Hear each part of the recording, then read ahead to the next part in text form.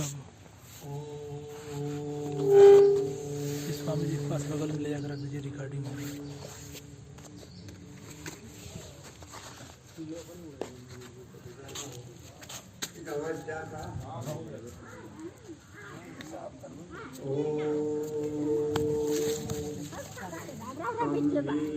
पिता वसो तुम माता सत्कृतो भूत् अधाते सुम्नमीमहे। ॐ अखण्डमण्डलाकारं व्याप्तं येन चराचरं तत्पदं दर्शितं येन तस्मै श्रीगुरवे नमः।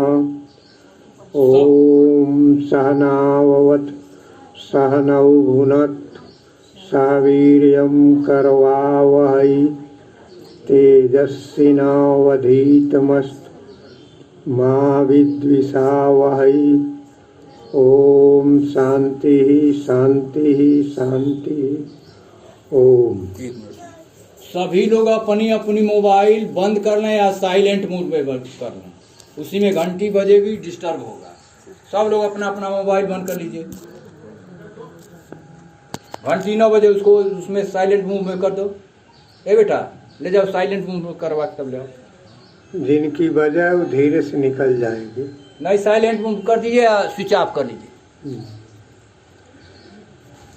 एक बार दीर्घ प्रणव उच्चारण करें। दीर्घ प्रणव कहते हैं ओम को। तो दीर्घ मतलब लंबे समय तक जितना श्वास रुके उतना उच्चारण करें।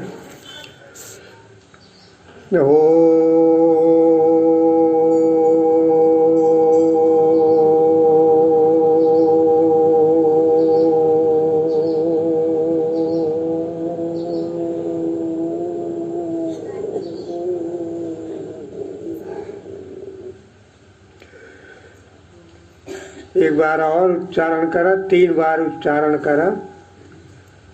एक बार और, एक बार और।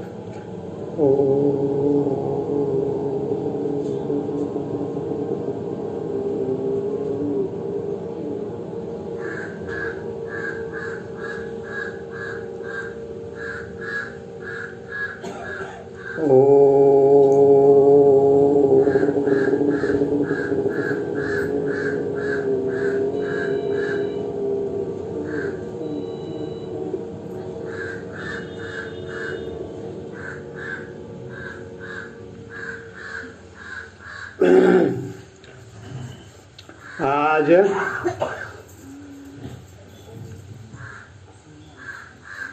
हिंदुओं का एक पर्व है। वह पर्व पूरे देश में प्रयाग के महाकुंभ के नाम से विशेष रूप से संकेतित किया जा रहा है कि महाकुंभ है। उस महाकुंभ में स्नान कर लेने से अमृत की प्राप्ति हो जाएगी।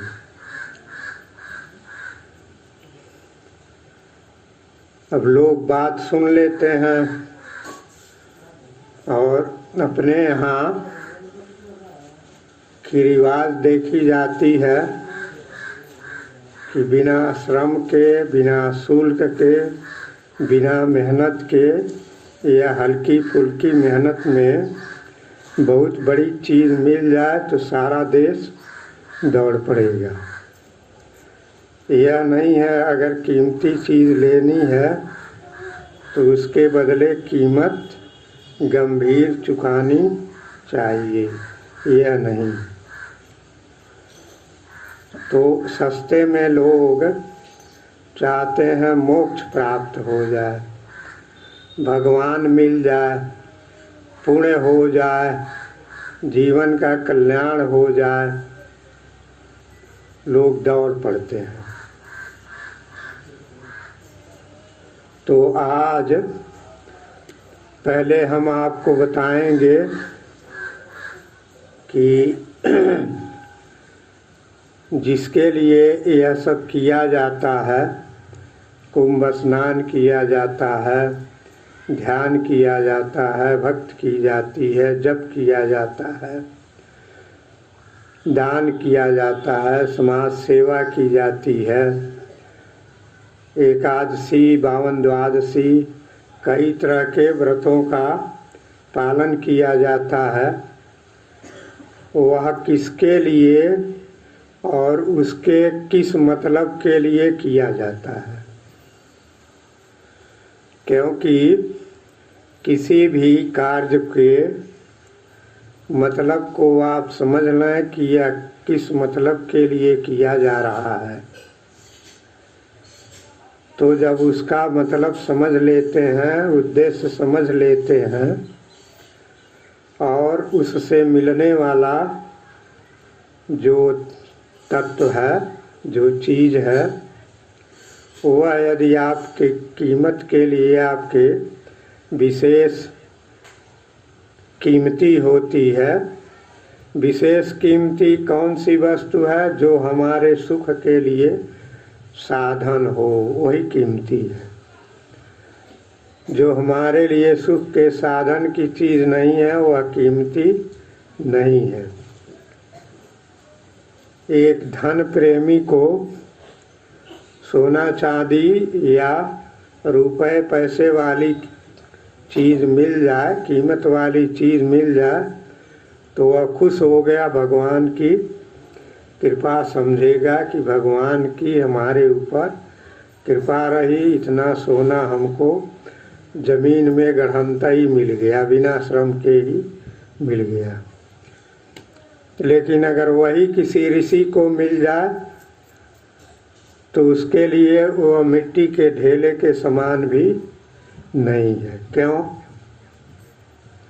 ऋषि को कोनो आप लोगन के परेशानी नहीं भाई, हरी आड़े पड़त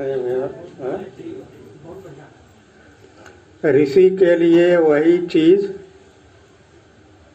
किसी कीमत की नहीं है और धनवान के लिए भगवान की कृपा है। क्यों? कि यह सोचता है कि इस धन से हमको सुख मिलेगा, बहुत उन्नत होगी, हमारे जितने सुख के साधन हैं सब उपलब्ध हो जाएंगे। और इसी समझता है कोयला पत्थर से कुछ बनने वाला नहीं है। हम अपने आप में ही जो हमारी जीवन की सत्ता है, जो हम हैं, मूल रूप में जो हम हैं, यह जो दिखावटी रूप या बनावटी रूप में जो मुखौटा पहने हम हैं, यह नहीं। जो मूलतः हम हैं, असली हम हैं,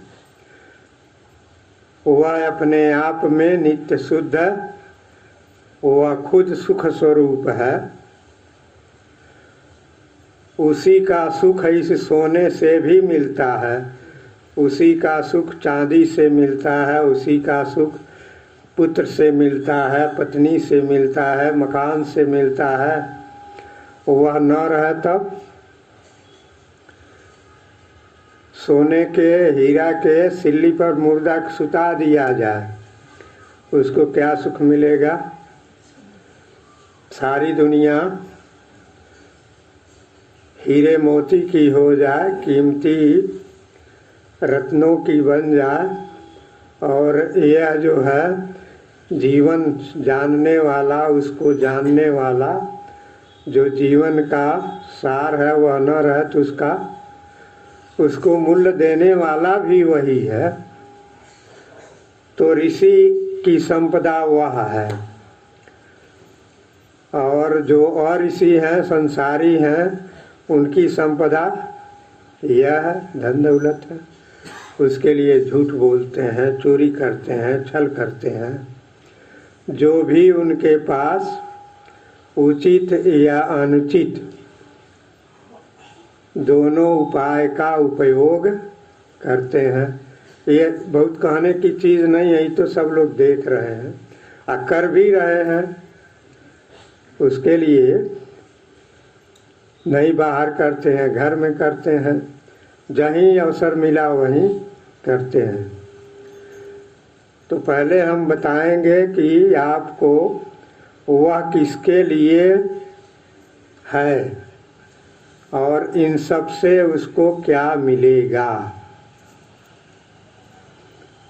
जो धर्म के नाम पर कृत्य किए जाते हैं, कुंभ स्नान किया जाता है, तीर्थों का भ्रमण किया जाता है, 12 ज्योतिर्लिंग का दर्शन किया जाता है, कल्पवास किया जाता है, दान किया जाता है, और कठोर तपस्वी देख रहे हैं कोई बाँह उठा के सुखा दिया तो कोई गोड़ उठा के सुखा दिया, कोई कुछ अपने शरीर की दुर्दशा भी कर रहा है। किसके लिए कर रहा है उसको पहले हमको जानना चाहिए, और वह कैसे ठीक ठाक रहेगा, कैसे अपने सही हालत में रहेगा उसको भी जानना चाहिए।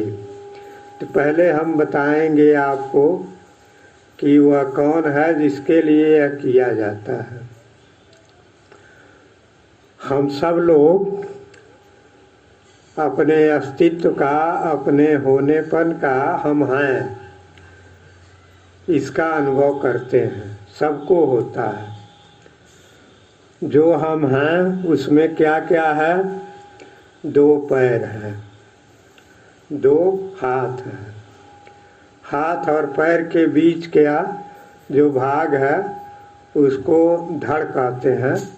उसमें पेट है, छाती है, पीठ है, कमर है, इसको कहते हैं धड़। चाहे संस्कृत भाषा में कहते हैं कबंध, या कबंध है, कबंध माने धड़ और सिर। ये 5 चीज़ें हैं, इन्हीं को हम कहते हैं यह हम हैं। सब लोग इन्हीं को कहते हैं ना। और उसमें कुछ है, शरीर की रचना में प्रकृति ने, ईश्वर ने जैसी आवश्यकता है वैसे अंगों को बना दिया है, तो उसके आधार पर कहते हैं हम पुरुष हैं, हम स्त्री हैं। अवस्था के अनुसार शरीर एक जैसे नहीं रहता, तो अवस्था के अनुसार हम कहते हैं हम बुढ़े हैं, हम कहते हैं बुढ़े हैं, ये कहते हैं बच्चा है, यह नवयुवक है, यह अधेड़ है। तो यही सब मिला करके हम बने हैं कि यही हम हैं। अब इसमें पैर में घुटने से न चल सकें तो क्या करेंगे, फिजियोथेरेपी कराएंगे, बातनाशक दवाइयाँ खाएंगे और उपाय करेंगे।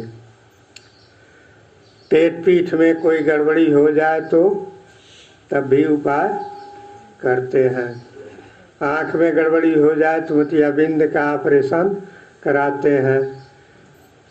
जैसे उसमें विकृति आती है वह ठीक ठाक काम नहीं करता है, तो उसको ठीक ठाक करने के लिए हम उपाय कर रहे हैं। सब लोग कर रहे हैं, गरीब भी कर रहा है, अमीर भी कर रहा है,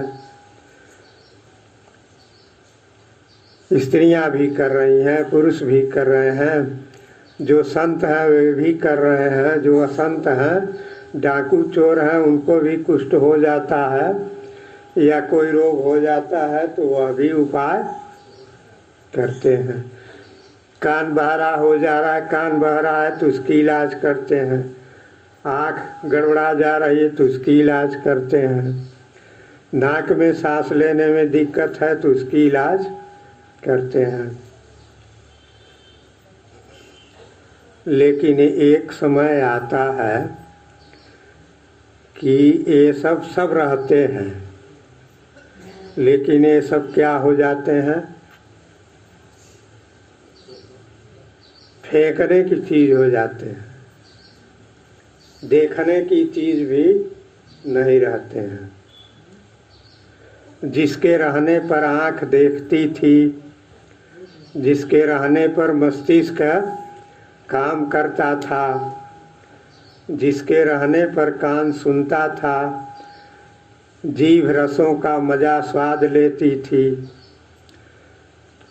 हाथ पैर और जो अपने अंग हैं सब काम करते थे। अब वह नहीं रहा तो इनकी क्या हालत है? कुछ काम के नहीं है, आग में फेंक देने लायक है। कहीं ढकेल दिया जाए तो वह कौन है? कौन था जो आँख में देखने की शक्ति देता था, जो मस्तिष्क में सोचने की शक्ति देता था, पैर में चलने की शक्ति देता था, पेट में भूख लगा करके खाने की इच्छा कराता था, और जो अंग प्रत्यंग हैं उनकी जो मांगे हैं सबको कराता था। उसी के रहने पर सब होता था। अब वह नहीं है तो क्या हुआ? किसी काम का नहीं रह गया। चाहे बालक हो चाहे बूढ़ा हो, मान लो बूढ़ा तो फेंकने योग्य है ही, बालक भी फेंक दिया जाता है। किसी का 2 साल का बालक मरा तो क्या करेगा? हो रखेंगे, उनको भी फेंकेंगे। लेकिन जिसके रहने पर सब जीवन पाते हैं, सब सौंदर्य पाते हैं, सब सुख पाते हैं, उसके लिए आप क्या करते हैं?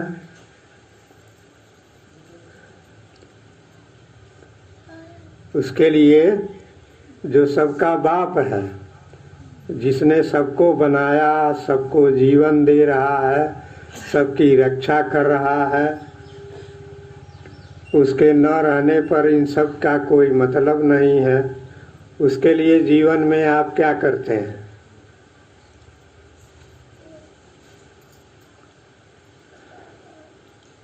जो मूल है, जो जीवन है, जो सबको जीवन दे रहा है, वह कैसे ठीक रहेगा? पैर में घुटने में तनी एक दर्द हो, बाबा चल दुखाला, घुटनवा दुखाला, कमरिया दुखाले, अखिया ठीक ना है कहो।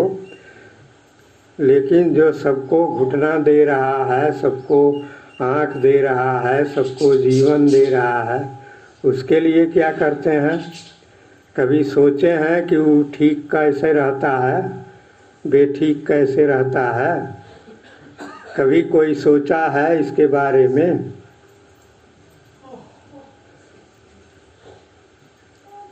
एक सज्जन कल बता रहे थे कि महिलाएं हैं, इनके बच्चे पेट में रहते हैं, तभी उनको ताज पहनाने के लिए सोचती हैं कि बच्चा होगा तो गोरखपुर में ले पढ़ाएंगे, उसकी ज़िंदगी बनाएंगे। लेकिन अपने रहेंगे कि जो ज़िंदगी वाला है उसके लिए कभी नहीं सोचते हैं। कहो कोई महिला सोचती है, यह सोचती है कि लड़का लड़की रही हैं, वहीं चल के मकान ले ले, वहीं कुलिन के बैठ के अब भोजन बनाए, आज जहाँ तक बस आई वहाँ पहुँचाएंगे, फिर जाएंगे, फिर वापस आएंगे तो वहाँ से बस से उनको रिसीव करेंगे, उनको टिफ़िन भरेंगे, उनके बोतल में पानी भरेंगे। कहो लेकिन जो जीवन दे रहा है उसके लिए क्या करती हैं? कोई महिला पुरुष बतावे क्या करता है? क्या कर लो?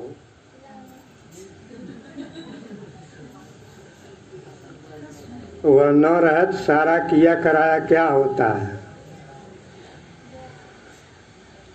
वही है जीवन, वही है आत्मा, वही है भगवान का अंश। चाहे भगवान का बेटा कहिए, चाहे भगवान का अंश कहिए, चाहे वेद वेदांत की भाषा में कहेंगे तो कहेंगे वही जगत का मूल है, वही ब्रह्म है, वही परमात्मा है, वही जीव के रूप में शरीर में बैठा है। तो क्या उसके लिए नहीं कुछ करना चाहिए? आँख तनिए गड़बड़ा खूब आँख ठीक रहे और वह न रहे तो आँख काम दे हो, कुछ काम देगा? सुख भी रहेगा तब भी सुख का अनुभव नहीं होगा, दुख रहेगा तब भी दुख का अनुभव नहीं रहेगा। तो वह कौन है? वही हम बोल रहा है, वही मैं बोल रहा है, वही बन रहा है कि यह मैं हूँ। वह न बोला तो यहाँ भगवान भी नहीं है। यहाँ वैष्णो देवी का भी कोई, कौन वैष्णो देवी को उपटाएगा, कौन बनाएगा? कहो, मैयर देवी भी नहीं रहेंगी, विंध्याचल देवी भी नहीं रहेंगी, सबको कौन बना रहा है? मान ला धरती पर एक भी आदमी न रहे तो ये लोग क्या करिए? ये लोग कुछ क्या कर पाएंगे? कुछ। और इन सबको जगाने वाला, इन सबको बनाने वाला, इन सबको भोजन पानी देने वाला कौन है? अपने आत्मा। कहो, तो क्या आत्मा के लिए हमको नहीं कुछ करना चाहिए? वही जीवन है, वही हम हैं, वही आप हैं, वही सब कुछ है। तो सबसे पहले तो उसी को हमको याद करना चाहिए। तो चाहे गंगा स्नान करते हो, चाहे सन्यासी बाबा को प्रणाम करते हैं, चाहे वैष्णव भगवान को, चाहे वैष्णवी देवी को प्रणाम करते हैं, जिसको भी करते हैं वह किसके लिए करते हैं? जो अपने अंदर है। वह भी रोगी न बने। आँख रोगी होती है तो चिंता होती है आपको,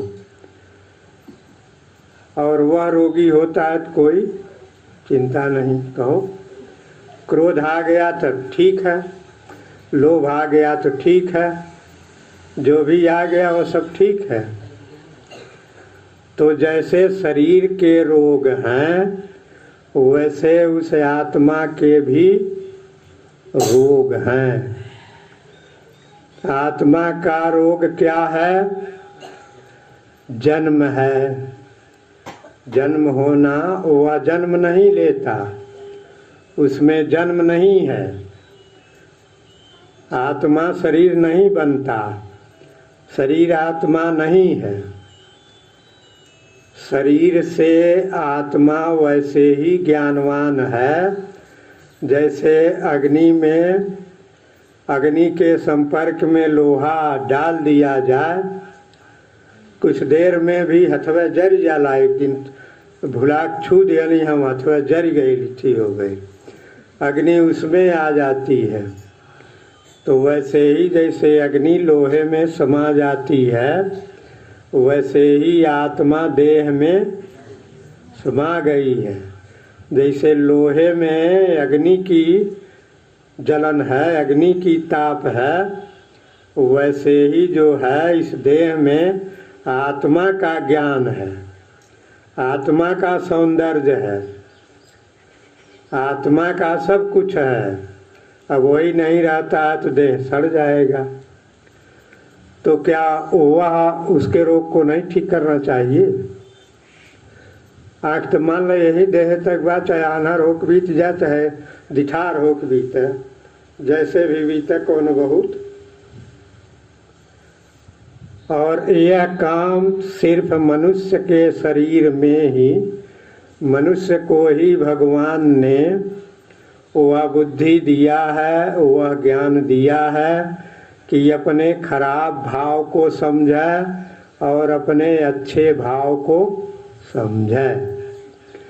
किसी प्राणी में, जितने प्राणी हैं छोटे से बड़े, किसी में भगवान ने, ईश्वर ने, परमात्मा ने, ब्रह्म ने वह ज्ञान नहीं दिया है कि अपने खराब स्थिति को वह समझे और बढ़िया स्थिति चाहे।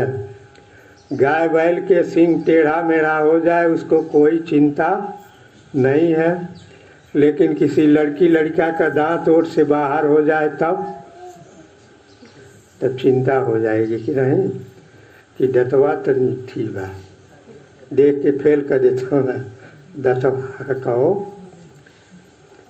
किसी का ओठ मोटा हो जाए तो तभी यह ठीक नहीं है कि नहीं, ओठ ऐसा चाहिए। नाक फैल हो जाए तो नहीं, ठीक नहीं है, कहो ऐसा चाहिए। किसी मनुष्य को छोड़ करके किसी प्राणी को ऐसा हो जाए तो उसको कोई चिंता नहीं, उसका बाल सब गिर गया कोई चिंता नहीं, भैंस का गाय का बाल गिर जाए कोई चिंता नहीं, और किसी लड़की लड़का का बाल गिर जाए तो बाबा बरवा गिरा था बहुत, कोनो दवाई बता दें। क्यों? मनुष्य को भगवान ने बुद्धि दिया है, अपने इसीलिए दिया है कि अपने खराब स्थिति से वह अच्छी स्थिति को जाने, और खराब स्थिति से अपने जो नकली रूप है, जो दिखावा है, सिर्फ दिखावा है, उसका असली सत्य उसके पीछे है, उन दोनों को जाने और उसको पाने के लिए वह प्रयत्न करे। यही मनुष्य शरीर की सार्थकता है।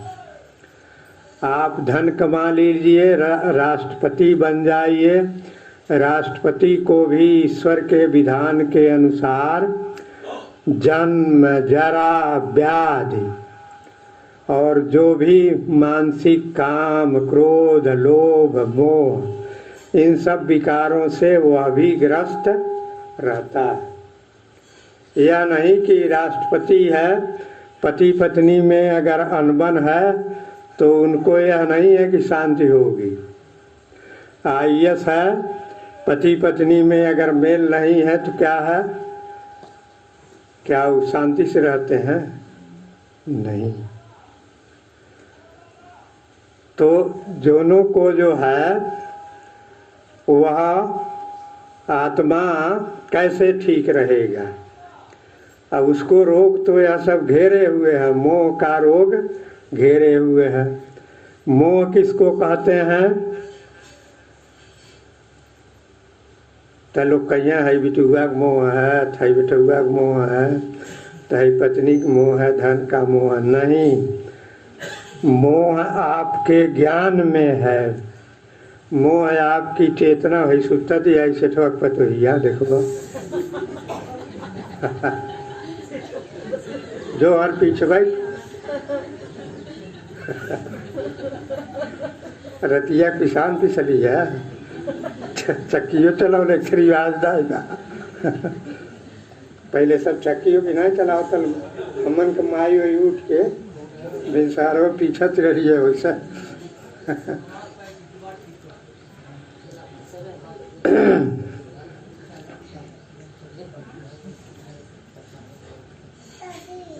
तो पीछे जो है वह बुला के नहीं हो, जो आत्मा जो है उसके लिए भी चाहिए, उसके भी रोग हैं। जैसे शरीर के रोग हैं, अब हमारे यहाँ भक्तवा आत्मा के रोग के बजाय शरीरिक रोग के ढेर आवेला। कहो खांसी आवता गुरुजी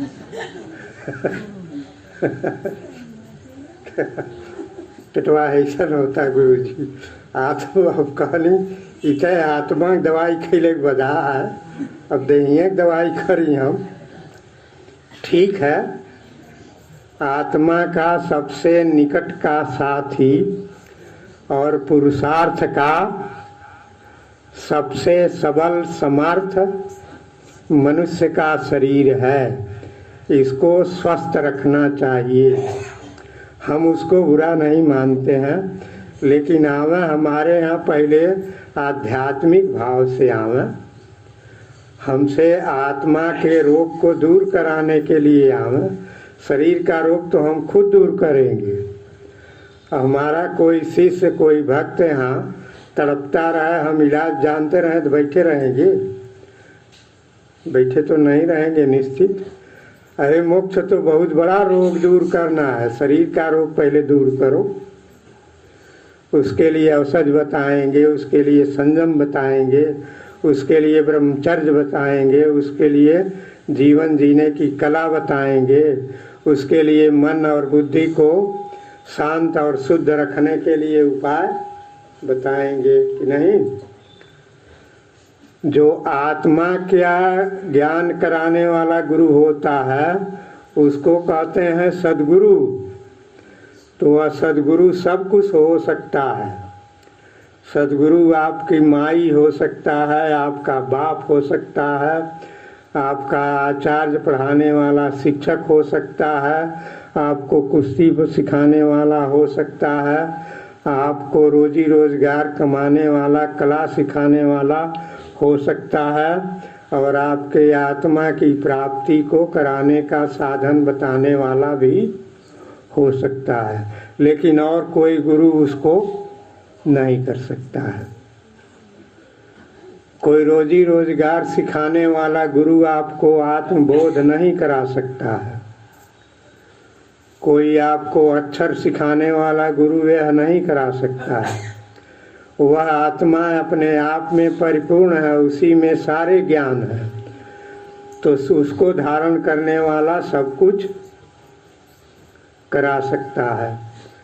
अब आत्मज्ञानी राजा जनक, राजा पृथु, राजा प्रियव्रत ये राज्य भी करते रहे हैं, चोरों को फांसी भी देते रहे हैं, विद्वानों को उपहार भी देते रहे हैं। जो जैसे थे वैसा वह आचरण करते थे, लेकिन वह परमात्मा या ब्रह्म में लीन होते थे। तो जो कुछ भी अपने खाने पीने संतान आदि के अतिरिक्त धर्म के नाम पर किया जाता है, वह किसके लिए किया जाता है? अपनी आत्मा के लिए किया जाता है। तो थोड़ा समझ बूझ करके करना चाहिए कि आत्मा के लिए कैसे होगा।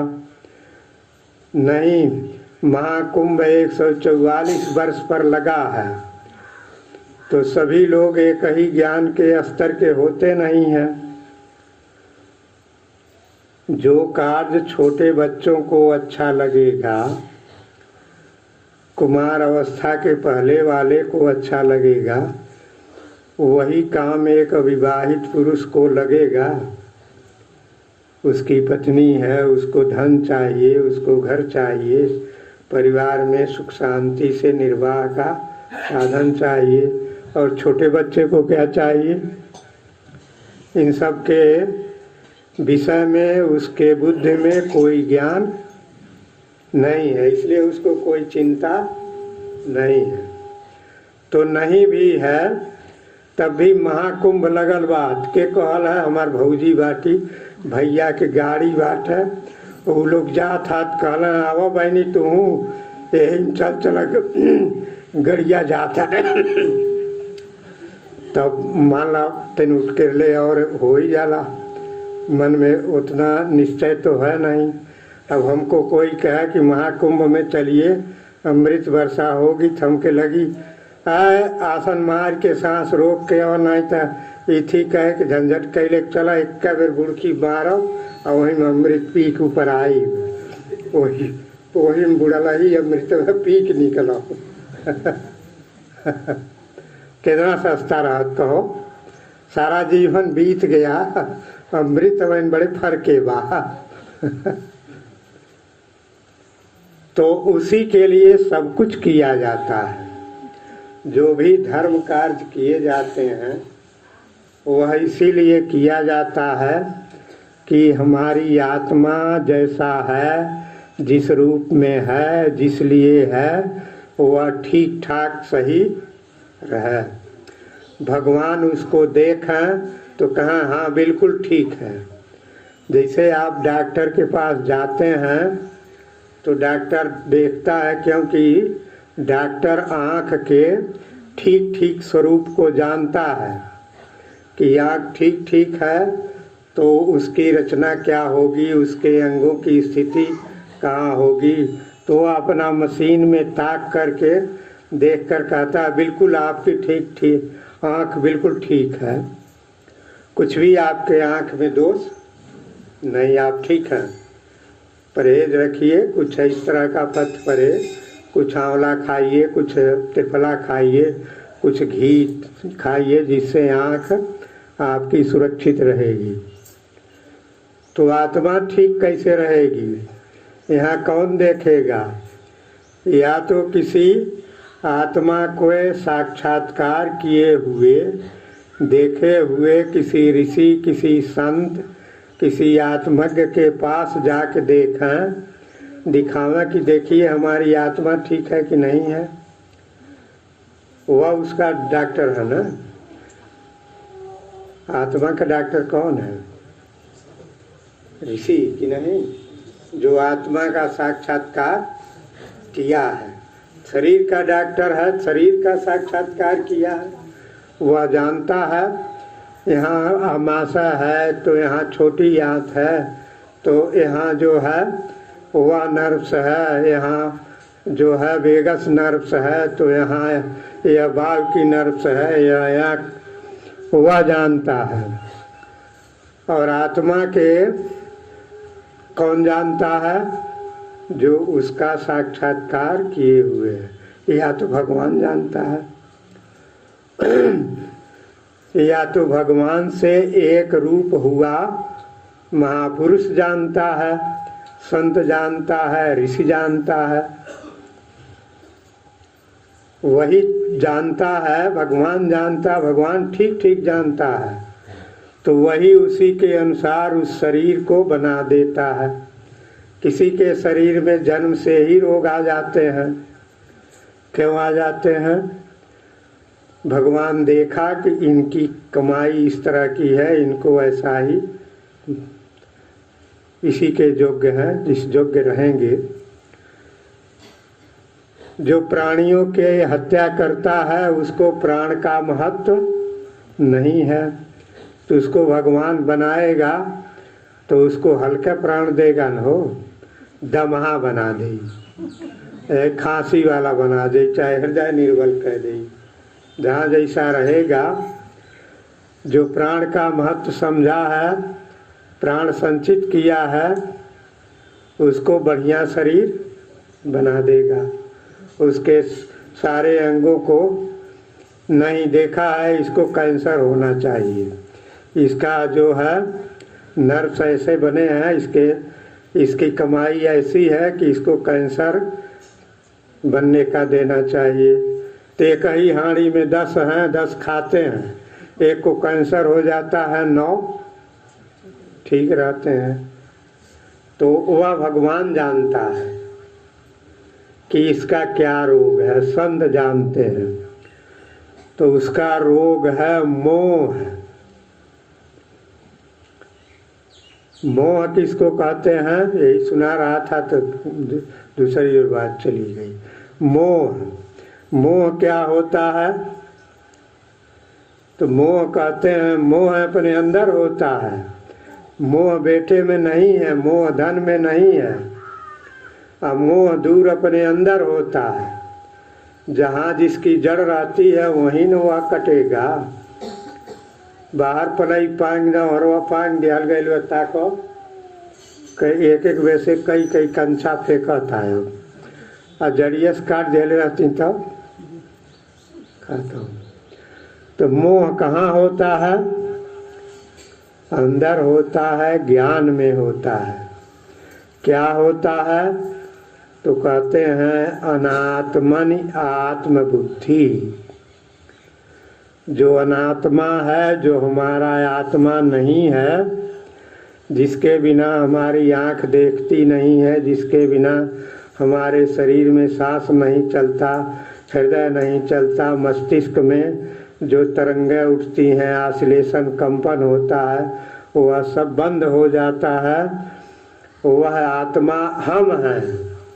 उसको छोड़ करके जो ये हाथ पैर पेट पीठ इन सबको जो आत्मा कहता है, तो इसमें जो आत्मबुद्धि होती है कि यह मैं हूँ, इसको कहते हैं मोह। मोह कहते हैं अनात्मा। अनात्मा माने जो अपनी आत्मा नहीं है। उसमें जो है, जब हम अपनी आत्मा का भाव कर लेते हैं तो उसको कहते हैं मोह। तो मोह सकल व्याधिन कर मूला। और जितना रोग होते हैं, मोह या अज्ञान या अविद्या या माया, उसी को कहते हैं। उसी को अज्ञान कहते हैं। अपने स्वरूप का, अपने आत्मा का ज्ञान नहीं है, मोह है। उसी को अविद्या कहते हैं। अपने आत्मा का ज्ञान नहीं है, अविद्या है। उसी को माया कहते हैं, उसी को मोह कहते हैं। तो उस अनात्मा को, अनात्मा में ही अपने को आत्मा कहना, यही जो है मोह है। पहले देह होते हैं तब न देह की जरूरत पड़ती है। धन की जरूरत देह के जीवन की है। संतान की जरूरत देह के जीवन की है। मकान की जरूरत देह के जीवन की है। कोई अपनी आत्मा में स्थित हो जाए, सारे उसके मकान रहें। अपने आत्मा में सारा संसार का धन उसी का हो जाए, लेकिन वह अपने अंतरात्मा में यही समझेगा कि यह मेरा कुछ भी नहीं है, मैं यह नहीं, यह हूँ। तो जो भी किया जाता है, आप दान करते हैं, कोई कहते हैं बाबा को हम भोजन देंगे, हमारा भोजन जरूर होना चाहिए बाबा, हमारा दिन नहीं टलना चाहिए। तो किसके लिए देता है? आत्मा के लिए देता है। कहो बाबा का संबंध किससे है? बाबा के ससुर होगा कि सार होगा कि का होगा? कौन संबंध बा? बाबा भगवान के भक्त होगा। कहो बाबा ईश्वर के भक्त हमें, बाबा आत्मा के खोजी हमें, बाबा संत हमें। तो जब संतत्व का भाव आपके अंदर रहेगा, तभी न कहेंगे कि दूसरे की बेटी के जाई रुपया दे आई, बहुत आई, थोड़ा कुछ दे दे, अपन बचल खोचल अपने बचा के अपने बेटी के सब दे दे, खेतों बेच दे, धनों बेच दे कि ना है कि बेटी हमार खुशहाल है। उसके लिए देंगे। क्यों देंगे? बेटी मेरी है। कहो वैसे ही आत्मा मेरा है, भगवान मेरा है, और उससे भगवान का संबंध जोड़ करके बाबा से हमारा संबंध है। तो उनका अगर संबंध है तो किसके लिए कर रहे हैं? अपनी आत्मा के लिए कर रहे हैं। दान कर रहे हैं तो किसके लिए कर रहे हैं? बाबा को दे रहे हैं। बाबा के ना हाथ गुड़बा, उन्हें पर रोटी कमा सकना, उन्हें बना सकना, उनके पास भी है। लेकिन नहीं, बाबा के शरीर का काम हम करेंगे और बाबा हमारे आत्मा का काम वे करेंगे। मद भक्ता नाम चजे भक्ता ते में भक्त तमामता। कृष्ण भगवान अर्जुन किनका संवाद है, अब हमको ठीक ग्रंथ का पता नहीं है, लेकिन है पुराण का, महाभारत का। जे में भक्त जना पार्थ न में भक्तास्ते जना।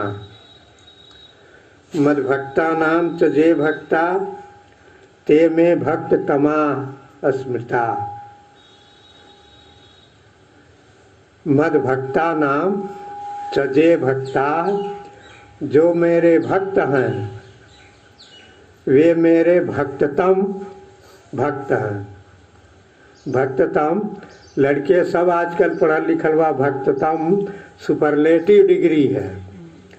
जैसे good, better, best, best superlative degree है नो, तो वैसे ही भक्ततम क्या है? सुपरलेटिव डिग्री है। तो उसका अर्थ क्या हो जाएगा? सबसे बढ़िया भक्त है। भक्त, भक्ततर, भक्ततम। इसमें भी, संस्कृत में भी 3 डिग्री चलती है। सामान्य अवस्था, उत्तर अवस्था, उत्तम अवस्था। तो कहा जाएगा कि उससे बढ़िया कोई भक्त नहीं है। कौन? जो मेरे भक्तों का भक्त है। कई बाबा ये अपने देखा स्वार्थ बाणी बदल ले बाटे अपन लहावत हो ना कि सब इनके दया लोभी आदमी ये बलहाई रहे। कहीं देखा अब फेंकले बाटे ये जाल लिए लेके अरे भाई, भक्ततम भक्त के पास जो उसे जानता है, जो उसको पाया है, उसी से न मिलेगा। उसकी भक्ति नहीं करेंगे तो कैसे आपको मिलेगा? मार के छोड़ नहीं पाएंगे। नहीं तो डकुइया गोली मार के कहते हैं दे दो आत्मज्ञान, नहीं तो लेकिन या किसी के मारने से तो मिलेगा नहीं। इसे अपने ही अर्जन करना पड़ेगा। तो वही भगवान ने कहा, जे में भक्त जना अपार था, जो मेरी भक्ति करते हैं ते में भक्त, जे में भक्त जना पार्थ न में भक्तास्ते जना, वे मेरे भक्त नहीं है। मनमाना मनगढ़ंत रूप से अपने आप कुछ जा भक्ति करो कि भगवान मंदिर में देखा है मैंने, एक भक्त अपना खूब फूल ले करके कह रहा था कि बेटन के अच्छा रखिया, बेटी की थी करिया, ओहू के निरोग बनैया, ओहू के दिन जौन बा विवाह शादी ठीक हो जा, वो नीट में आ जा, वो CPMT में आ जा। अब यह भक्ति जो है किसकी भक्ति हो रही है मंदिर में? बेटे बेटी की कहो, भगवान की भक्ति हो रही है? नहीं, भगवान की भक्ति नहीं, उसकी भक्ति हो रही है। तो भक्त के पास जाएंगे तो वह न बताएगा कि भक्ति क्या है, भगवान क्या है। नहीं, अपने मन का भगवान आप गढ़ लेंगे, अपने मन का ज्ञान आप, जो आपको अच्छा लगा, जो मन को अच्छा लगा। सामान्य व्यक्ति मन को जो रुचिकर लगता है, उनके स्वभाव, उनके आदत के अनुकूल रहता है, उसी को अच्छा मान लेते हैं। कह दिया गया घेवड़ा की सब्जी खाइए, आप में विटामिन ए की कमी है, नहीं बाबा नीक नहीं लगल, आलू खाओ, आलू खाएंगे। अब उनको अच्छा लग रहा है, लेकिन जो साधक होगा स्वास्थ्य का तो कहेगा नहीं आलू हानिकारक है, तो घेवड़ा खाएंगे ही। नहीं अच्छा लगता है तो अच्छा लगने लायक अभ्यास करेंगे, 2-4 दिन खाएंगे तो जीभ के स्वाद कोष जो है ना, टेस्ट सेल्स बदलती हैं। सेल्स जो हैं बदलती हैं, जिनकी सेल्स वह नहीं खाई हैं, अगर धीरे धीरे आदत डालें तो उनको खाने की आदत बन गई है। हमके हमार स्वेटरवा दुर्गंध आवा था, स्वेटरवा एक आध ठुमाकत हो हमके। अब नाक के बनावट है, किसी को नहीं पता चलेगा। हमके स्वेटरवा पहना था ही तो हमें माका था, वो कई दिन ही लगा का माका था, तो सूंघे तो स्वेटरवा माका था। तो इंद्रियों के यह बदलता है, यह नहीं कि वही बने रहेंगे। तो इसीलिए भक्तों का भक्त, जे में भक्त जना पार्थ, जो भक्तों के भक्त हैं वही भक्त हैं। और नहीं अपने मन से भगवान की कल्पना करेंगे तो कुछ के कुछ कल्पना कर लेंगे, धर्म की धर्म कुछ कल्पना कर लेंगे, कल्पना कर लेंगे। कोई कह दिया 144 बरस पर यह फिर अवसर आएगा और जीवन नहीं रहेगा, और उसमें भी बोल देंगे साहब यह नहीं कि 24 घंटा नहाओ, वर्ष भर नहाओ, अगर पुण्य है तो बोल देंगे कि 11:22:38 पर ही अमृत बरसेगा। और जो उसमें त्रिवेणी में स्नान कर लेगा वह अमृत वही पी ले भीतर, जब डुबकी लगाई अमृतवा वही गंगा में घूरल रही, किना किराए हेल जाई बुझाता। अरे अमृत अपनी आत्मा है, उसके अलावा और कोई अमृत नहीं है। तो ये तीर्थ भी जो बने हैं, प्रयाग क्यों तीर्थ बना? संतों के वजह से बना, ऋषियों के वजह से बना। हरिद्वार क्यों तीर्थ बना? भूखंड के नाते बना। गंगा किनारे बहुत से स्थान हैं, लेकिन वह तीर्थ नहीं माने जाते। तो जो भक्तों के भक्त हैं वही भक्ततम कहे जाते हैं। तो इस तरह से जो भी हम कार्य करते हैं धर्म के नाम पर, वह किसके लिए करते हैं? अपनी आत्मा की शुद्धि के लिए, अपनी आत्मा के निरोगता के लिए, अपनी आत्मा जैसे है वैसा उसको बनाने के लिए करते हैं। दान करते हैं, लोभ कम होता है, आत्मा साफ होती है। आकर के आत्मा की बात सुनते हैं, घर आते हैं तो बाल बच्चे उनकी देख रेख, घर का काम धाम वह सूझता है। यहाँ आते हैं तो करने वाले को आश्रम सूझता है।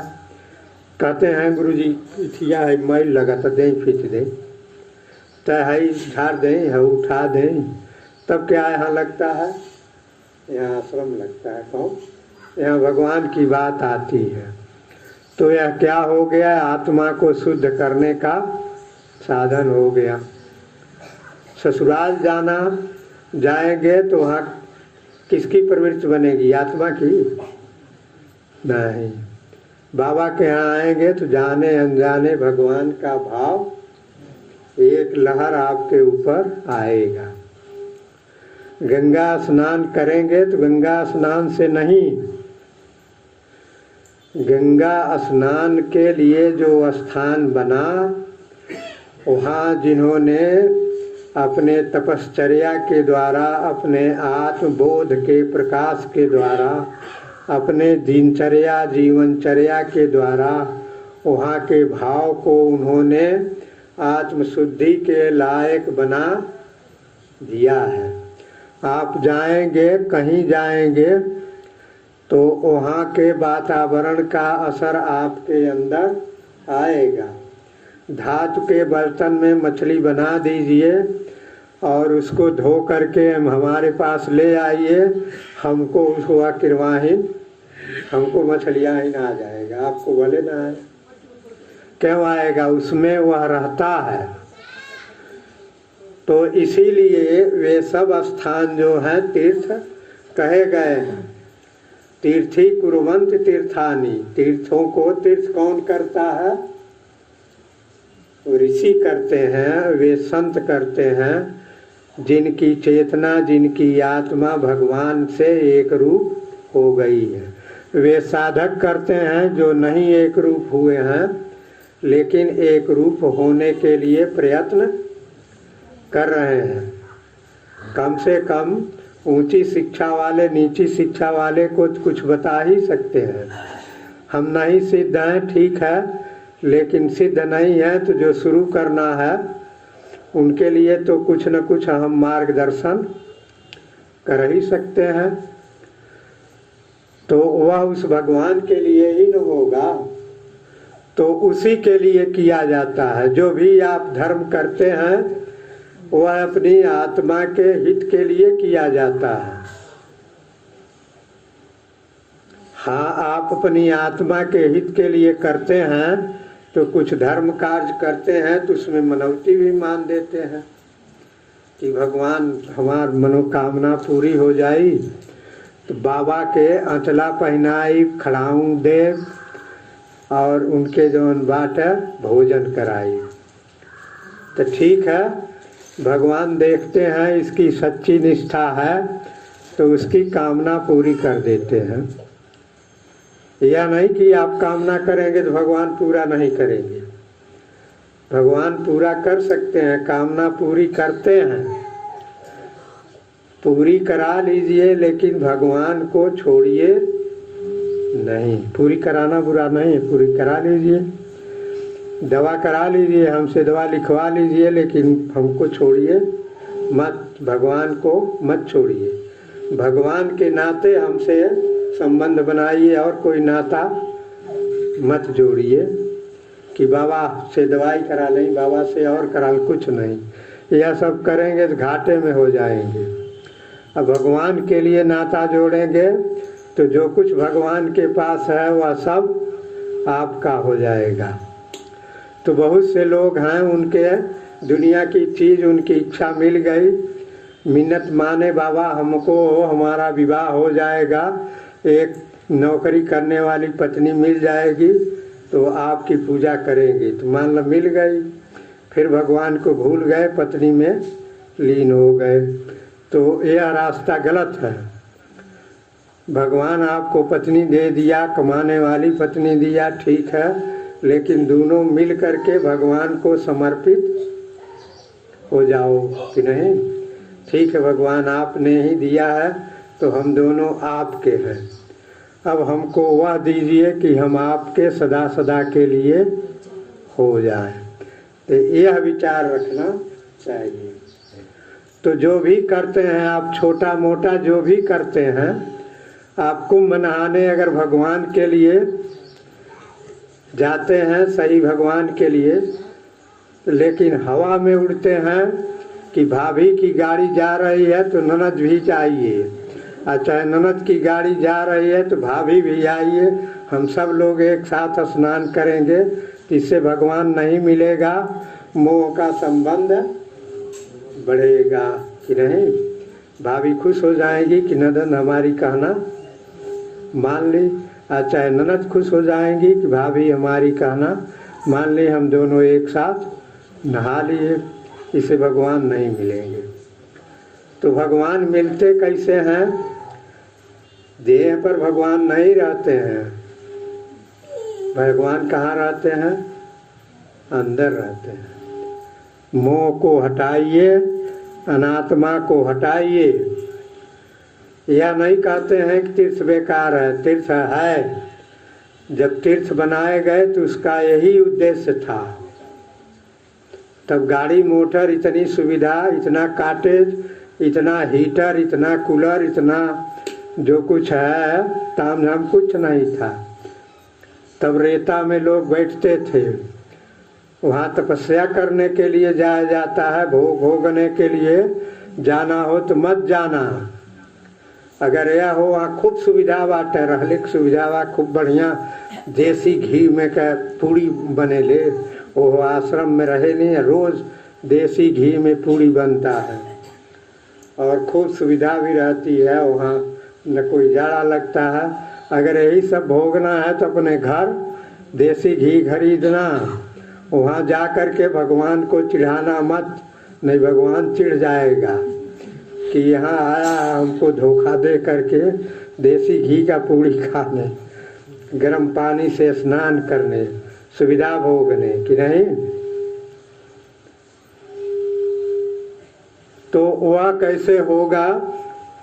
अब एक कथा हम आपको सुना रहे हैं। श्रीमद् भागवत पुराण बहुत मशहूर पुराण है, बहुत से लोग सुनते भी हैं, लेकिन भागवत पुराण की जो मैं कथा सुना रहा हूँ, यह कथा कोई पंडित नहीं सुनाएगा, इसको छिपा देगा और कथा सुनाएगा कैसे कृष्ण भगवान लीला कर रहे हैं, कैसे जसोदा माता का दही चुरा ले रहे हैं, कैसे सिकहरे पर कान्हे पर कान बढ़ा के सिकहर उतार के दही खा ले रहे हैं, सब दिखाएंगे, खेल खिलवाड़ जो आपके समझ में आएगा। लेकिन जो सही भागवत है वह नहीं सिखाएंगे। तो श्रीमद् भागवत पुराण के 10वें स्कंद में 12 स्कंद हैं, उसमें 10वें स्कंद के 84वां अध्याय है, हम समझ रहे हैं। 84वां अध्याय में एक कथा है वसुदेव जी का यज्ञ, उसका शीर्षक है वसुदेव जी का यज्ञ। वसुदेव कौन है? वसुदेव भगवान श्री कृष्ण के पिता हैं। तो वसुदेव जी के वहाँ यज्ञ हो रहा है, यज्ञ का आयोजन किया जा रहा है। तो वहाँ सभी राज रानियाँ जैसे पांडवों की, कौरवों की, कुंती, गांधारी, रुक्मिणी और सभी रानियाँ वहाँ आई हुई हैं। और कृष्ण बलराम, मान लो वसुदेव जी का यज्ञ हो रहा है तो कृष्ण तो उनका बेटा हैं, तो उनको तो जाना ही है। कृष्ण बलराम और राजा महाराजा लोग जितने हैं उनके पक्ष के सभी लोग इकट्ठा हुए हैं, सब बैठे हैं अपने अपने आसन पर। सब में जैसे महिलाएं हैं आपस में बातचीत हो रही है, जैसे आप लोग हैं, महिलाएं हैं, आती हैं, मेल मिलाप है, परिचय है, कैसे आई हैं, किस गाड़ी से आई हैं, कहो आपका लड़कियां कहाँ बाटी, लड़कवा कहाँ बाटा, कुछ हाल चाल होती है ना। तो वैसे इधर महिलाएं आपस में बातचीत कर रही थी और उधर राजा लोग, राजा महाराजा आपस में लोग बातचीत कर रहे थे। दोनों में अपना बातचीत चल रही थी। उसी समय अब कथा के अनुसार तो हमके लगा था कि बिना न्योता के लोग ऋषि गईले, तो वह लोग ना आश्चर्य पड़ गई ना, मान ला हमन के राती जैबे नहीं करती बिना न्योता के, कह दिया जात चला एक बेला खैले कौनो किथी नहीं हुई, एक बेला व्रत रह ले। लेकिन ऋषि लोग जाते हैं, अब वहाँ भगवान कृष्ण हैं, बलराम हैं, तो मान लिया जाए भगवान रहेंगे वहाँ, सभी भक्त बिना बुलाए भी जाएं तो कोई हर्ज नहीं है। अपने गुरु के घर, अपने पति के घर और भगवान के घर बिना बुलाए भी जाया जाता है। अपने पति के घर ही कहिए कि कोई आया नहीं, नहीं जाएंगे कि नहीं। मान लीजिए पति कहीं हो न हो, चाहे कुछ परेशानी हो तो अपने आप जाया जाता है।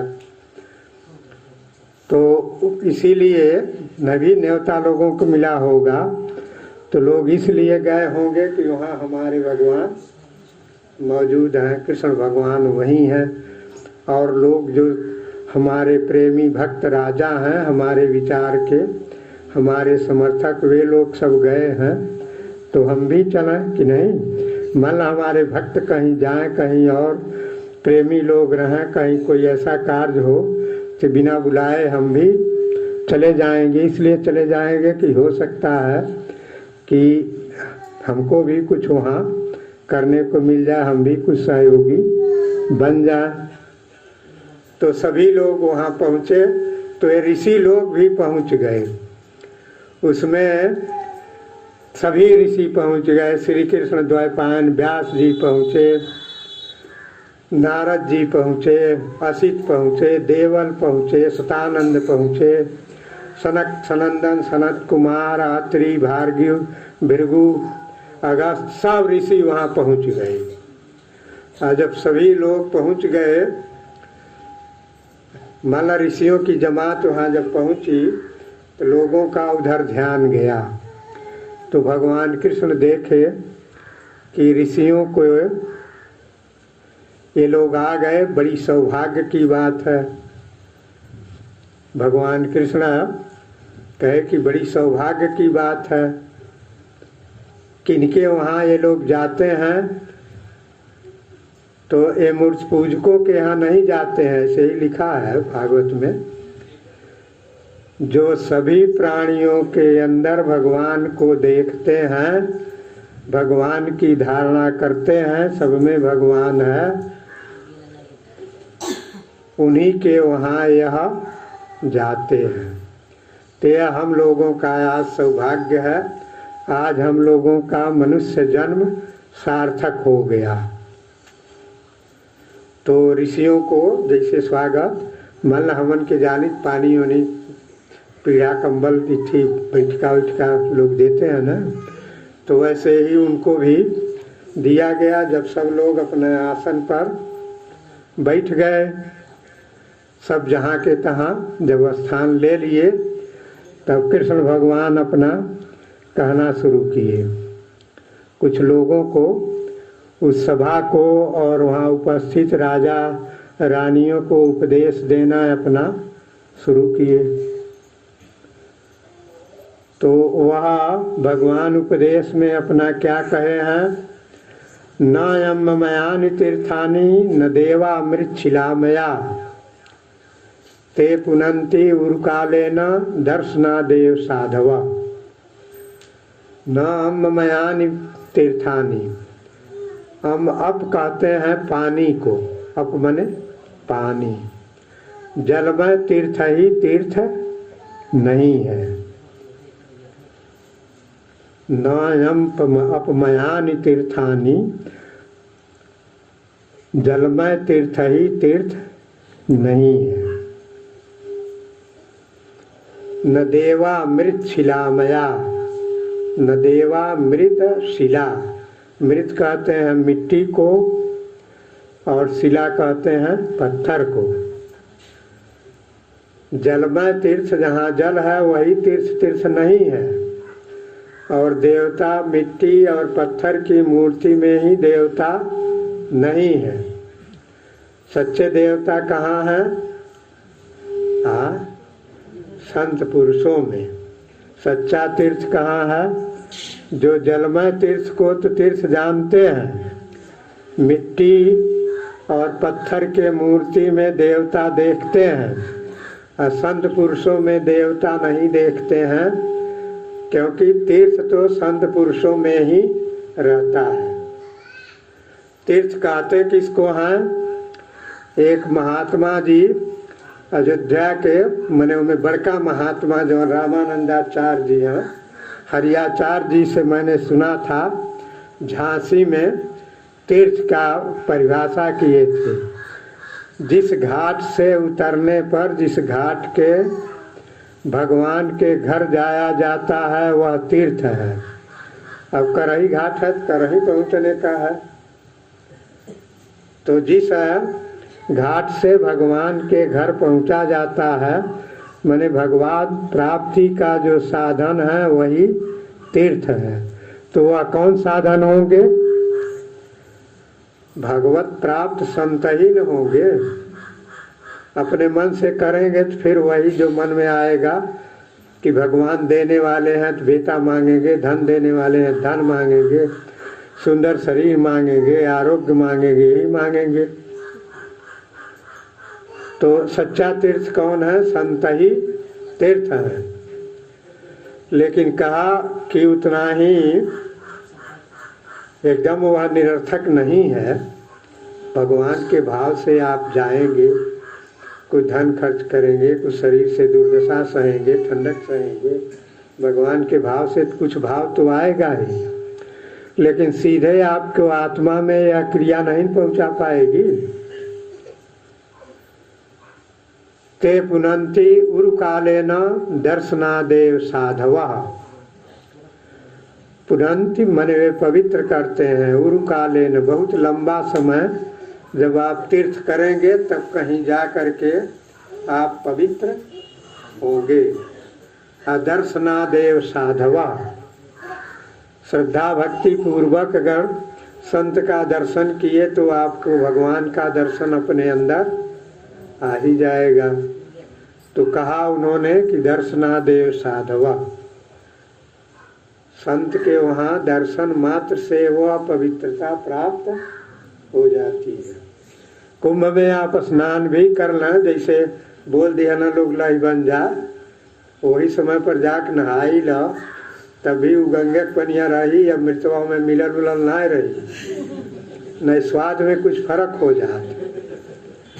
डुबकी मारने पर अगर उसमें अमृत चू जाता, कुछ स्वाद में पानी में नमक पड़ जाए पता नहीं चली हो नमकीन बा, कुछ चीनी घोर दिया जात बुझाई नहीं, बुझाई के में चीनी घोरल बाकी ना है। तो ऐसे ही उसमें अमृत घुल जाएगा तो मालूम नहीं होना चाहिए, लेकिन कुछ नहीं होता है। मन की एक भावना वह कहते हैं और ही सुनते हैं, वही होता है। तो दर्शनादेव साधवा, संत का दर्शन मात्र से ही श्रद्धा पूर्वक अगर दर्शन ही किया, देख लिया, तो ईश्वर भाव की दृष्टि उसमें आपकी आ जाएगी कि नहीं। जो देखेगा वह कहेगा देखो बाबा अकेले भगवान में रात्रि में रहता है। कैसे रहता है? भगवान में रहते हैं। कहो कैसे खाते हैं? भगवान में खाते हैं। कौन साथी है? भगवान साथी है। भाव आएगा कि नहीं? तो दर्शनादेव साधवा, तीर्थाद में आप जाएंगे ते पुनंती उर काले न, बहुत लंबे समय जब बीतेंगे तब आप उसमें कहीं कहो जब 50-60 बेर नहाइबा लोगन तब कहीं भाव आईबा, नहाइते रह गए नहीं, बूढ़ हो गए नहीं, जांगर थक गए, रुपये और आ गए, लोग का करी, तब हारेंगे कि नहीं।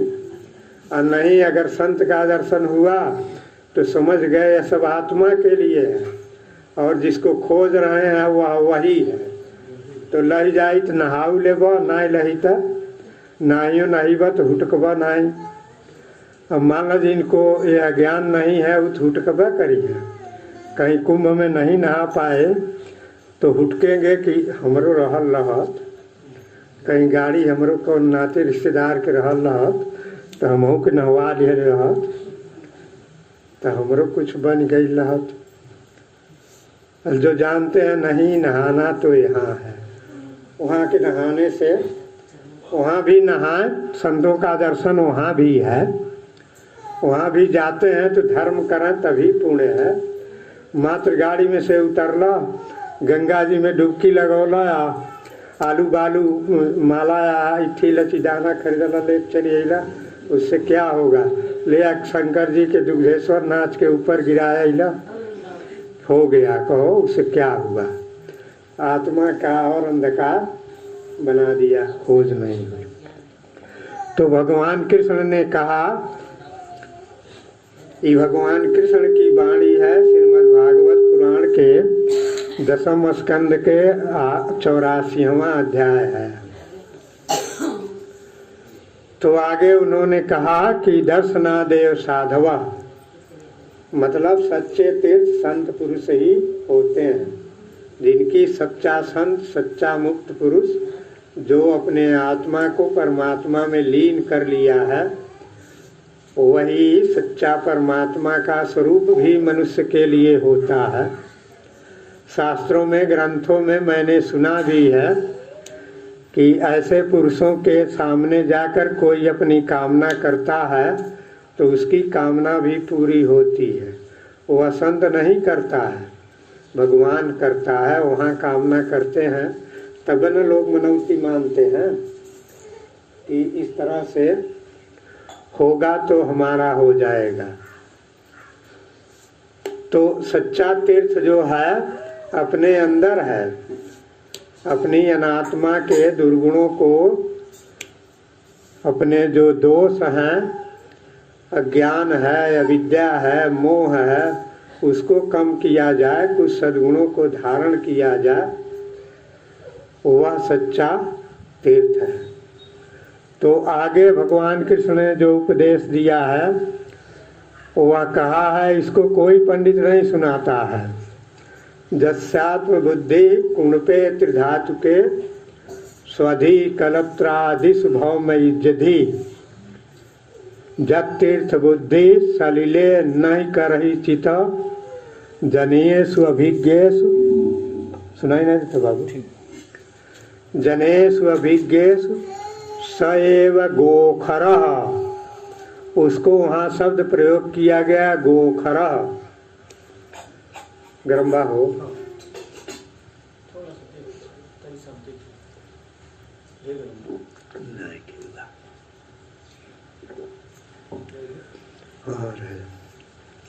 सएव गोखरः, गोखर माने खर माने गधा, खर माने गधा होला संस्कृत में। गधों में गो नीच है, गधा तो है ही, गधों में भी, पशुओं में भी नीच है। गो खर, गो गाय, पशु का प्रतिनिधित्व, खर मने गधा, मने पशुओं में, पशु तो है ही, लेकिन पशुओं में भी गधा है। कौन? जस्यात्म बुद्धि कुणपे त्रिधातुके। त्रिधातुके ये आयुर्वेद का शब्द है। आयुर्वेद में शरीर की रचना 3 धातुओं से, वात पित्त कफ, इन तीनों से शरीर की रचना होती है। शरीर हम लोगों का जो रस रक्त मांस मेद अस्थि मज्जा ये सब बना है ना, इसका मूल बीज क्या है? वात पित्त कफ। ये आयुर्वेद का यह विज्ञान है। तो जिसकी शरीर में त्रिधातु के कुणप कहते हैं 100 माने मुर्दा। यह शरीर क्या है? आत्मा के बिना शरीर क्या है? आत्मा न रहे शरीर का हो जाएगी, मुर्दा हो जाएगा कि नहीं। तो उसी के लिए कहते हैं जस आत्म बुद्धि कुणपे। कुणप जो आत्मा के बिना 100 हो जाने वाला है, उसमें जिसकी आत्मबुद्धि है, जस आत्मबुद्धि, जिसकी आत्मबुद्धि है कि यह मैं हूँ। आत्मा में आत्मबुद्धि नहीं है। जो आत्मा के बिना, आत्मा में आत्मबुद्धि हो तब तो ठीक है, तब तो निरोगा होगा। किसमें आत्मबुद्धि है? जो आत्मा के बिना 100 कुणप हो जाता है। कुणप माने मुर्दा, जो तीनों धातुओं से बना हुआ है। वात पित्त कफ तीनों धातुओं से बना हुआ है। जिसकी उसमें आत्मबुद्धि है। स्वधि कलत्रादिषु। स्व माने अपना, धी माने बुद्धि, अकलत्र माने हिंदी वाले बहुत लोग जानत हो। कलत्र माने होला पत्नी। पुत्र कलत्र कहो, कलत्र माने पत्नी। स्वधि कलत्रादिषु, यही अपने हैं और कोई न माँ अपनी है, न पिता अपना है, न भाई अपना है, न भौजाई अपनी है, न मनुष्य अपना है, न समाज अपना है, न धर्म अपना है, न संत कुछ है, कुछ नहीं। स्वधि कलत्रादिषु, अपनापन का भाव। कलत्रादिषु माने पत्नी आदि में, माने पत्नी बच्चों में। अब मान लो मैं ससुराल सार आ गए हैं वो ना, कलत्रादिषु। स्वधि ये अपने हैं और कोई अपना नहीं है। स्वधि कलत्रादिषु भौम इज्जधि। भौम कहते हैं भूमि से भौम बनता है। जो मिट्टी आदि से मूर्तियाँ बनती हैं वही पूज्य है, उन्हीं की पूजा करनी चाहिए। कौन? मिट्टी की मूर्ति की पूजा कर लेंगे और संत को कहेंगे नीच जाति का है, हम ब्राह्मण है, इसकी पूजा नहीं करेंगे कि नहीं, यह नीच है। भौम इज्जधि। भौम कहते हैं भूमि, मिट्टी को, जिसमें मिट्टी की मूर्ति आदि को ही जो देवता मानता है। जो इस शरीर को, शरीर में जो आत्मा के बिना 100 हो जाने वाला है, मुर्दा हो जाना है, उसमें आत्मबुद्धि करता है। अपने स्त्री पुत्र आदि में ही स्व ये अपने हैं को, पिता अपना नहीं है, बहन अपनी नहीं है, भाई अपना नहीं है। आजकल देखते हैं बात लोग, कमाए वाला अपना बना ले रहे हैं। स्वधि कलत्रादिषु भौम इज्जधि जत तीर्थ बुद्धि सलिले। और जिनकी तीर्थ बुद्धि, सलिल कहल पानी की, जिनकी तीर्थ बुद्धि सिर्फ पानी में है, जो यह समझते हैं कि जो अपने हैं वह यह स्त्री पुत्र आदि यही अपने हैं और कोई अपना नहीं। उन्हीं के लिए कमाना चाहिए, न समाज के लिए, न धर्म के लिए, न आत्मा के लिए, किसी के लिए। अपने लिए, अपने बाल बच्चों के लिए मरते दिन तक खटना चाहिए। कर जाएंगे, नाम लेंगे कि हमारे पितामह ने इस तरह से करके रख दिया है हम लोगों को। कहो पता नहीं कहाँ से पितामह आए थे, कौन देश से बह के, कौन देश से बह के नाती जी आए थे, कहाँ लोग मिले थे, ये हो गए एक, और फिर कहाँ छूट करके कौन देश से बह के ही नहीं है कौन इसी को कहते हैं मोह। जब तीर्थ बुद्धि सलिले, जिनकी तीर्थ में बुद्धि सिर्फ सलिल में पानी में होती है, गंगा में होती है, किसी जल में होती है, कि पनीय तीर्थ है, या माटी से बनी मूर्ति है, देवता है, और कोई देवता नहीं है। कोई संत है, मान लो कौन उनसे नीच जात के हो, कहो कहीं नहीं, उनको हमको संत है, उनमें उनको आत्मा नहीं दिखेगा, उनके जो ऊपर से काल्पनिक बात है उसको कहेंगे सलीले, और पानी में कहेंगे यही तीर्थ है, गंगा में नहाएंगे, गंगा में नहा लेंगे तो वहाँ दर्ज होगा कि इतने बार नहाए हैं तो उनका कितना पुण्य हुआ। अब नहाना नहीं, भाव वहाँ दर्ज होता है। अगर अज्ञान के भाव में है तो अज्ञान ही दर्ज होगा।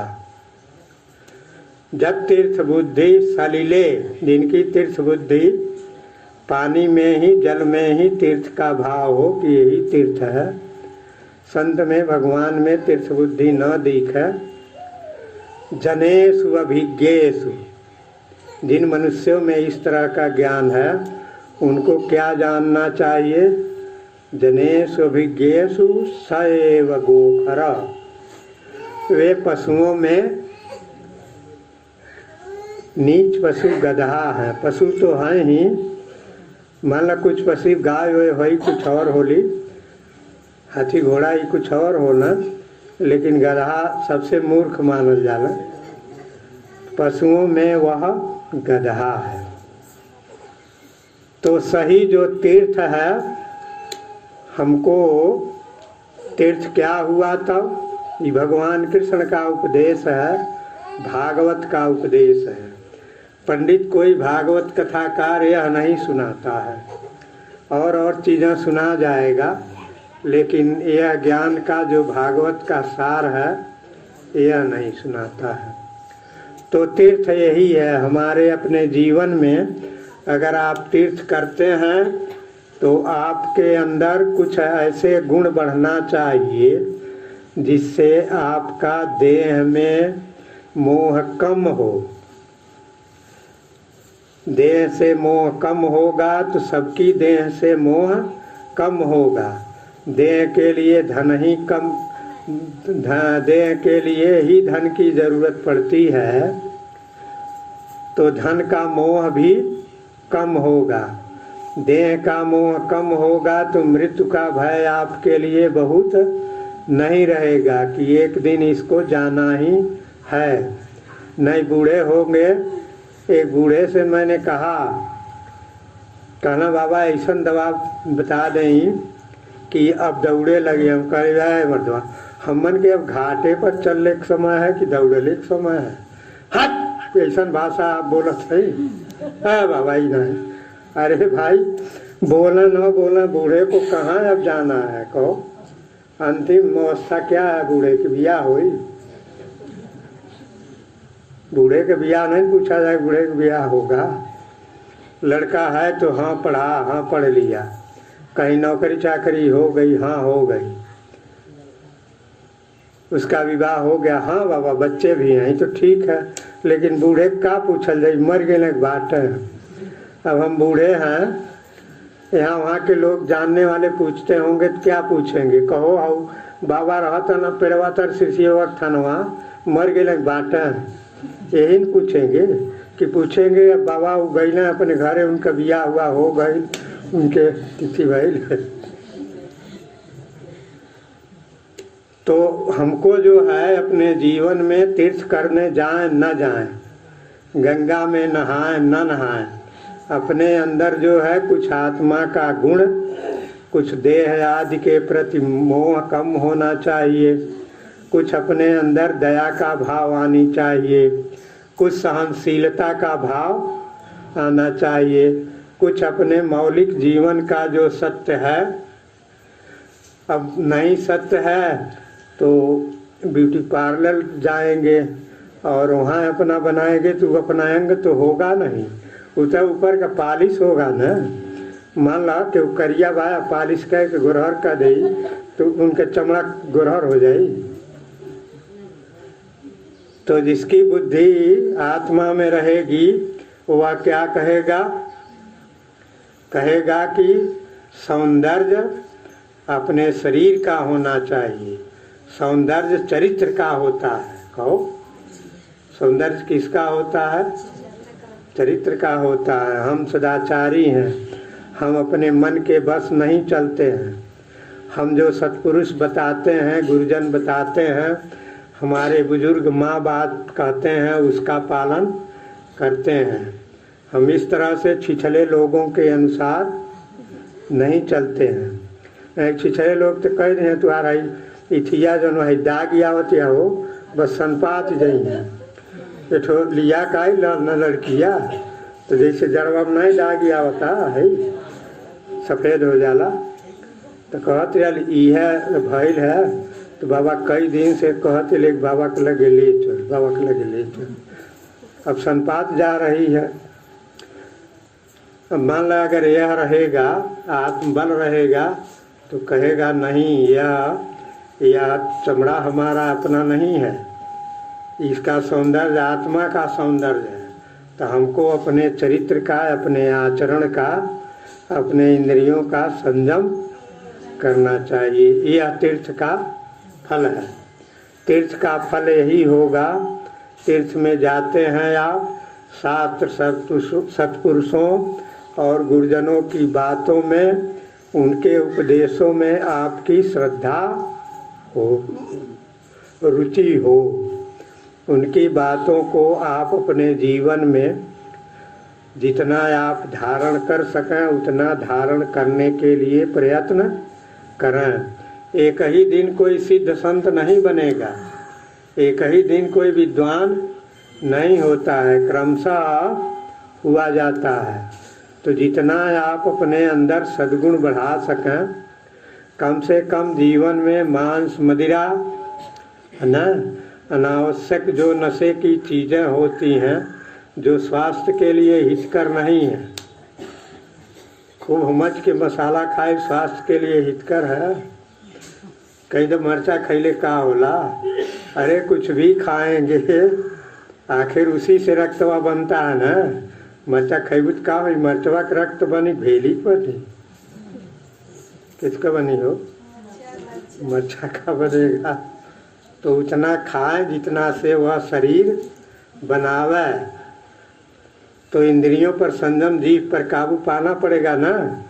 नहीं काबू नहीं रहे कैसे मरचवा डरले रहे फेंक दे, पानी ऐसा लगा था फेंको नहीं। अगर हाँ ठीक है, इंद्रियों के संयम के लिए यह परीक्षा हो रहा है। कहो जैसे कि हमके नमक नहीं डाला दलिया उलिया में, कब्बे कब्बे भुला उला जाला, कहे नहीं लोग परीक्षा लेला बीच बीच में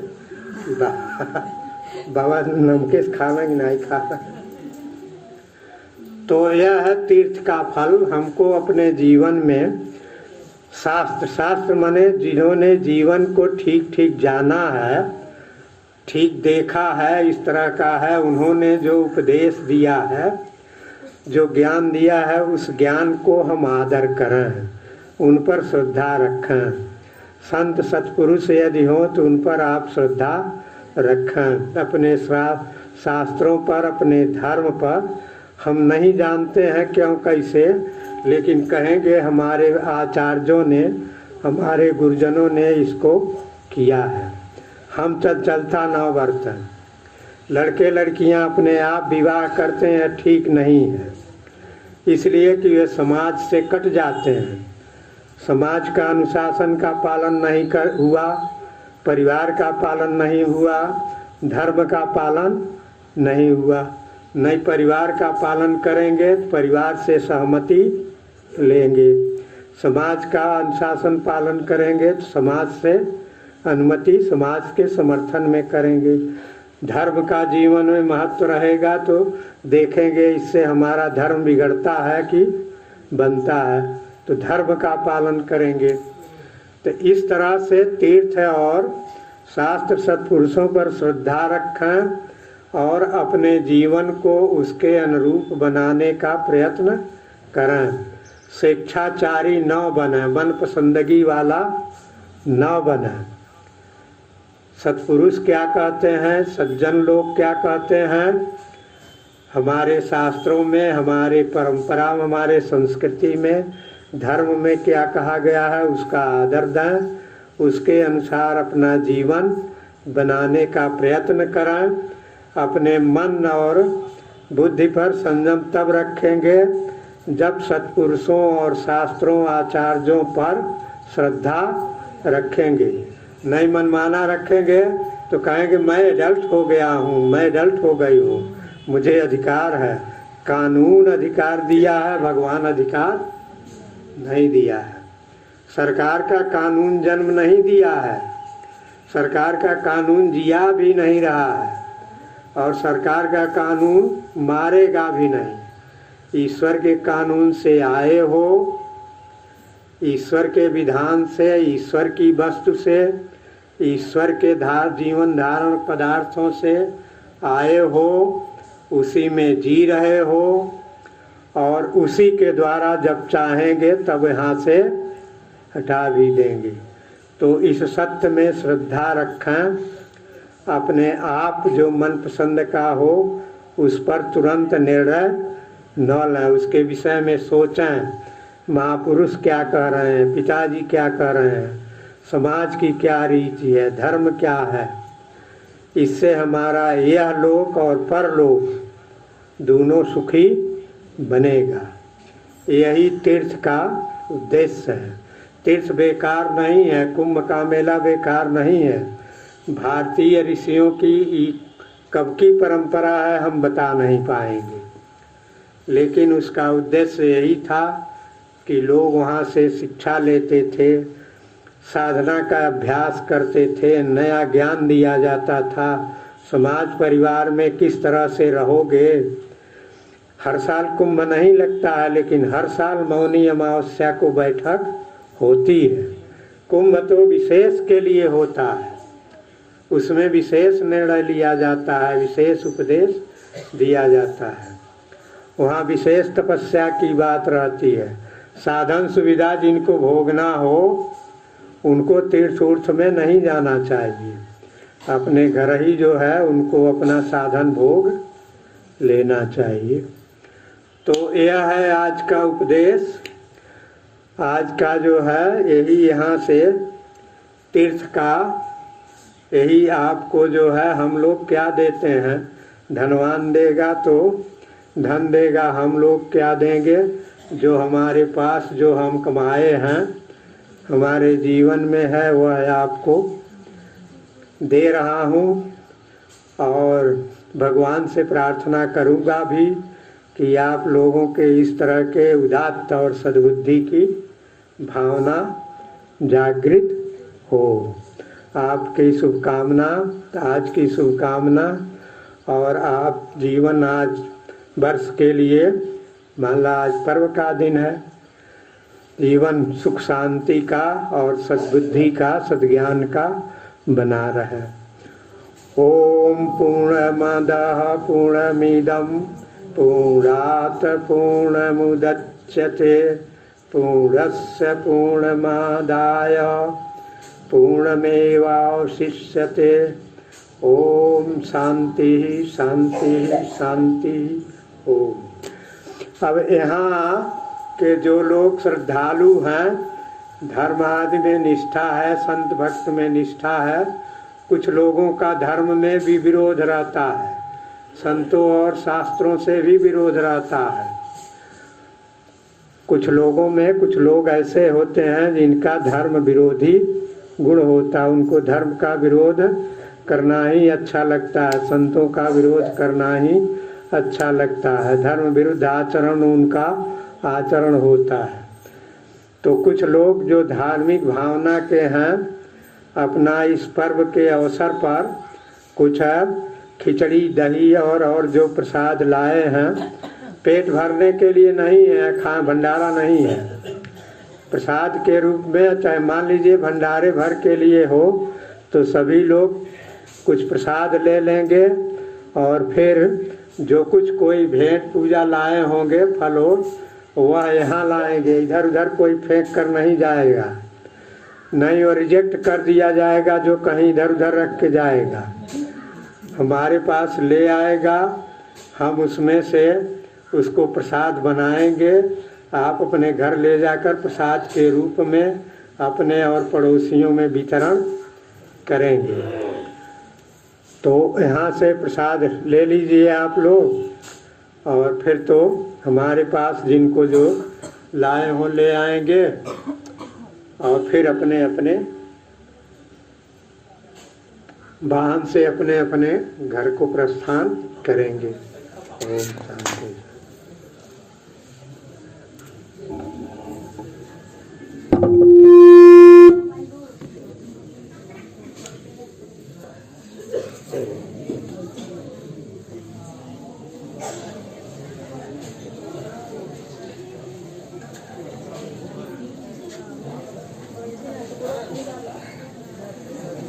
खोल के दिहल जाओ, वैसे नहीं बांध के न दिहल जाए, खोल के दिहल जाओ।